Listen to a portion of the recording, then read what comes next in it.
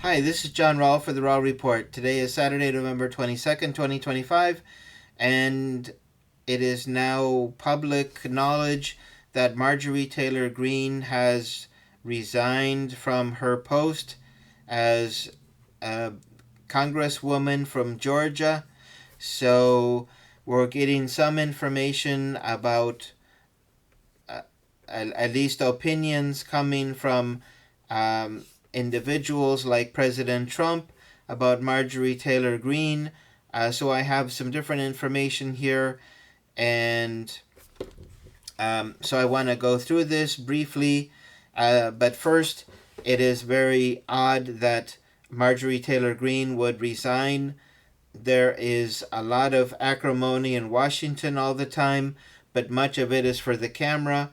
Mostly behind the scenes, Democrats and Republicans work together, they talk to each other, and in congressional offices, you'll have Democrats who work in Republican uh, congressmen or women or senators' offices, and vice versa. So even people who have worked in Democrat offices later may work in a Republican office, and so there isn't so much acrimony in Washington as many people believe there is.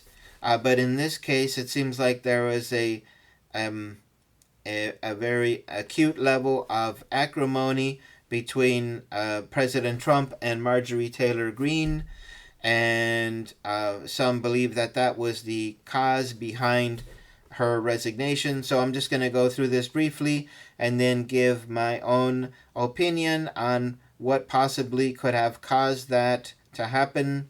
So, anyway, we have this article from CNBC. President Donald Trump said on Saturday Marjorie went bad a day after she said she would resign. Trump once called Greene a traitor. So Trump said Marjorie traitor Greene.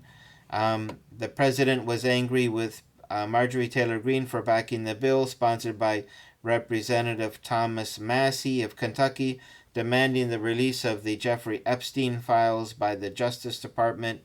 So President Trump did not like that effort on behalf of Representative Massie, and Marjorie Taylor Greene supported Representative Massie, and so apparently President Trump saw her as an enemy.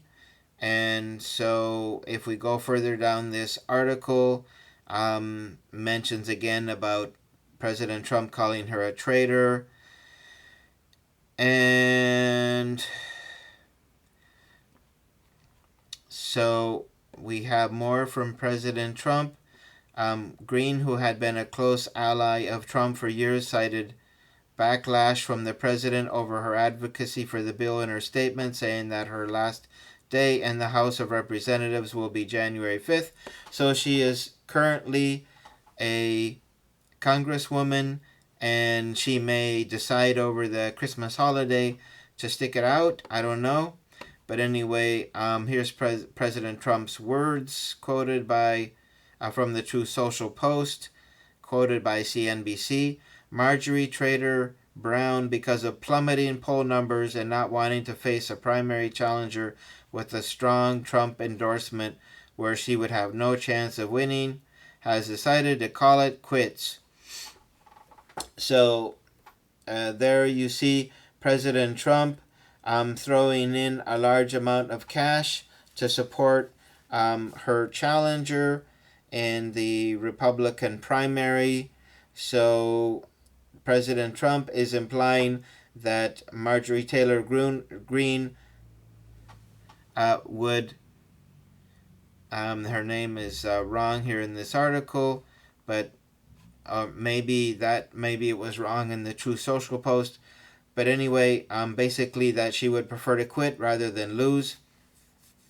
So her relationship with the worst Republican congressman in decades, Tom Massie of Kentucky, also known as Rand Paul Jr., because he votes against the Republican Party and really good legislation, did not help her.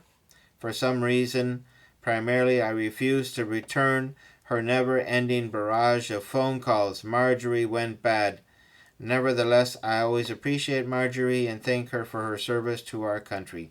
So basically, President Trump is calling her, a quitter. And without President Trump, Marjorie Taylor Brown is nobody. A very misogynist declaration. And he did not recognize her contribution while she was there. And apparently, she supported him during the efforts to impeach President Trump. So she stood by him when he was at his worst moment, but President Trump did not stand by Marjorie Taylor Greene when he felt that she was at her worst moment. And according to President Trump, this was too much for her and she had to go. So, and he said he could patch up any differences with her. So again, it looks like he wants possibly her to stay and they could work things out. But anyway, neither here nor there. Now we move on to this other article from Fox News.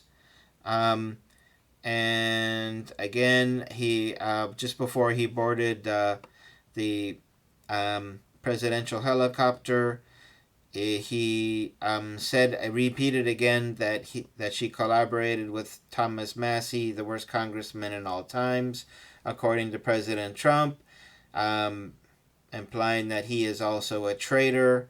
So here's some more words from President Trump. Forgive her for what? No, I just disagreed with her philosophy. She started backing mentions about a stupid person, and I said, go your own way, and once I left her, she resigned because she would not have survived a primary, but I think she's a nice person.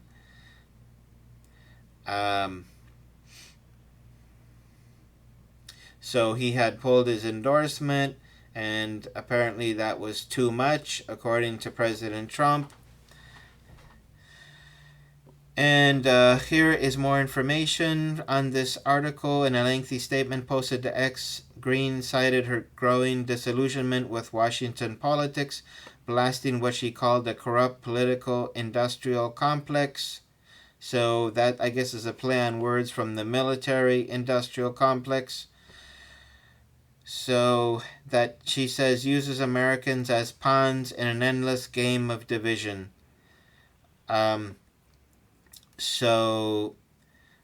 Anyway, that's all from that article. Now here from The Atlantic, they take quite a strong dig at Marjorie Taylor Greene and say without President Trump, she's just one of 435 House members. What's that supposed to say? Basically, without him, she's nothing. So here what they're basically saying about Marjorie Taylor Greene is no legislative powerhouse, and in the grand sweep of American history, her 5 years as a U.S. representative will be a mere blip. She wrote no major laws, had little discernible impact on national policy. For two of those years, she did not serve on a single House committee, having been booted from her assignments in a bipartisan vote. Okay, so they go into that.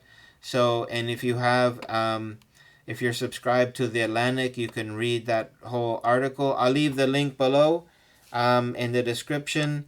And here we have Marjorie Taylor Greene official House page.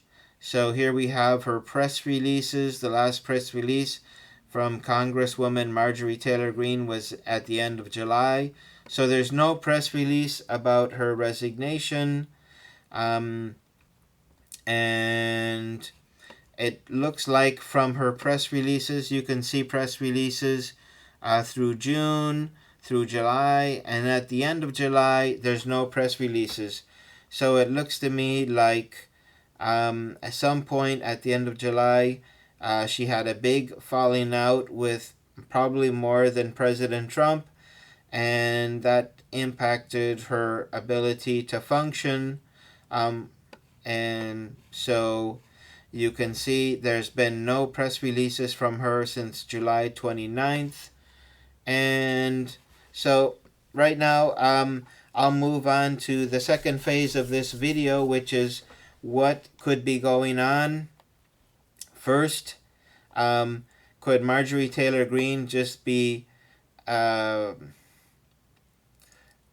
announcing her resignation and then not resign to see if she can get President Trump to backtrack and to back her and for them to be back on the same team again? That could be one possibility. The second possibility is that she's not able to stomach the difficulties that come from all this political wrangling. Like I mentioned at the beginning of this video, there isn't the acrimony in Washington that it's made out to be from the news media. There's a lot of cross-party collaboration, and generally speaking, people work with each other. Sometimes on some issues they disagree. So anyway, maybe she would not be capable of that acrimony. But then, if that is the case, why did she stick behind Trump during the impeachment trials? She would have just faded somewhere. Also, why did she stick with Representative Massey so long to get the Epstein files released if she wasn't able to handle acrimony? So I don't think that is a good explanation. The third possibility is that she's going to form her own political party, and that could be the case. But she already knows from her time in Washington that third parties don't get anywhere. They don't get any support. The system is only set up for two parties, and a third party will have a very difficult time establishing itself in this country. So trying to form a third party is basically pushing a 1-ton boulder up to the top of Mount Everest. So I don't see that as a real reason why she left. And the fourth is that maybe she got a good offer from a network, and she can move out of this all the wrangling in Washington and move into a more cushy job. It's some network, but